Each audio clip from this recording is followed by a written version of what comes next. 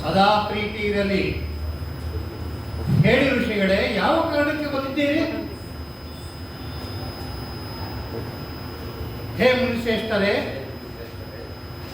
ನೀವು ನಾಟ್ಯಶಾಸ್ತ್ರವನ್ನು ರಚಿಸಿದಾಗಿನಿಂದ ನಿಮ್ಮ ಹೃದಯದಲ್ಲಿ ಅನೇಕ ರೀತಿಯ ಪ್ರಶ್ನೆಗಳು ಉದ್ಭವಿಸುತ್ತಿವೆ. ಅದಕ್ಕಾಗಿ ನಾವು ನಿಮ್ಮ ಬಳಿ ಬಂದಿದ್ದೇವೆ. ಕೇಳಿ ಸಂಕೋಚ ಪಡಬೇಡಿ. ಗುರುದೇವ, ನಾಟ್ಯಶಾಸ್ತ್ರದ ಉತ್ಪತ್ತಿ ಹೇಗೆ ಆಯಿತು? ಅದರ ಉದ್ದೇಶವೇನು? ನೀವು ಬಹಳ ಒಳ್ಳೆಯ ಪ್ರಶ್ನೆಯನ್ನು ಕೇಳಿದ್ದೀರಿ.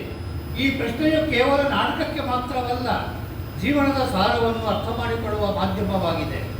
ತ್ರೇತಾಯುಗದಲ್ಲಿ ಮನುಷ್ಯನು ಕಾಮ ಮತ್ತು ಲೋಭಕ್ಕೆ ಒಳಗಾಗಿ ಅಧರ್ಮ ಮತ್ತು ಸಂಘರ್ಷದ ಕಡೆಗೆ ಸಾಗಲು ಪ್ರಾರಂಭಿಸಿದಾಗ ಇಂದ್ರನು ಬ್ರಹ್ಮದೇವರಿಗೆ ನೋಡಲು ಮತ್ತು ಕೇಳಲು ಒಂದು ಮಾಧ್ಯಮವಿರಬೇಕೆಂದು ಪ್ರಾರ್ಥಿಸಿದನು. ಇದರಿಂದ ಮನುಷ್ಯನು ಧರ್ಮ, ಅರ್ಥ ಮತ್ತು ಮೋಕ್ಷದ ಮಾರ್ಗಕ್ಕೆ ಮರಳಬಹುದು. ಗುರುದೇವ, ವೇದಗಳು ಜ್ಞಾನದ ಭಂಡಾರಗಳಾಗಿವೆ. ಅವುಗಳ ಜಗತ್ತಿನ ರಹಸ್ಯ ಅಡಗಿದೆ. ವೇದಗಳು ಈ ಉದ್ದೇಶವನ್ನು ಪೂರೈಸಲು ಸಾಕಾಗಿದ್ದವು. ಹಾಗಾದರೆ ಈ ಹೊಸ ವೇದ ಏಕೆ? ಏಕೆಂದರೆ ಅದು ಎಲ್ಲ ಜನರಿಗೂ ಸುಲಭವಾಗಿ ಲಭ್ಯವಾಗಬೇಕು. ಸಾಮಾನ್ಯ ಜನರನ್ನು ನಾಟಕದ ಮೂಲಕ ಶಿಕ್ಷಣದ ಮಾರ್ಗದಲ್ಲಿ ಧರ್ಮದ ಮಾರ್ಗಕ್ಕೆ ಕರೆದೊಯ್ಯಬಹುದು. ಈ ಮಂಗಳಕರ ಉದ್ದೇಶದೊಂದಿಗೆ ಬ್ರಹ್ಮನು 4 ವೇದಗಳನ್ನು, ತತ್ವಗಳನ್ನು ಸಂಯೋಜಿಸಿ ನಾಟ್ಯವೇದವನ್ನು ರಚಿಸಿದನು. 4 ವೇದಗಳು ತತ್ವಗಳು. ಅವು ಯಾವುವು? ಗುರುದೇವ, ಗಾನದ ಸ್ವರ ಸಿಗಡಿಸುತ್ತದೆ.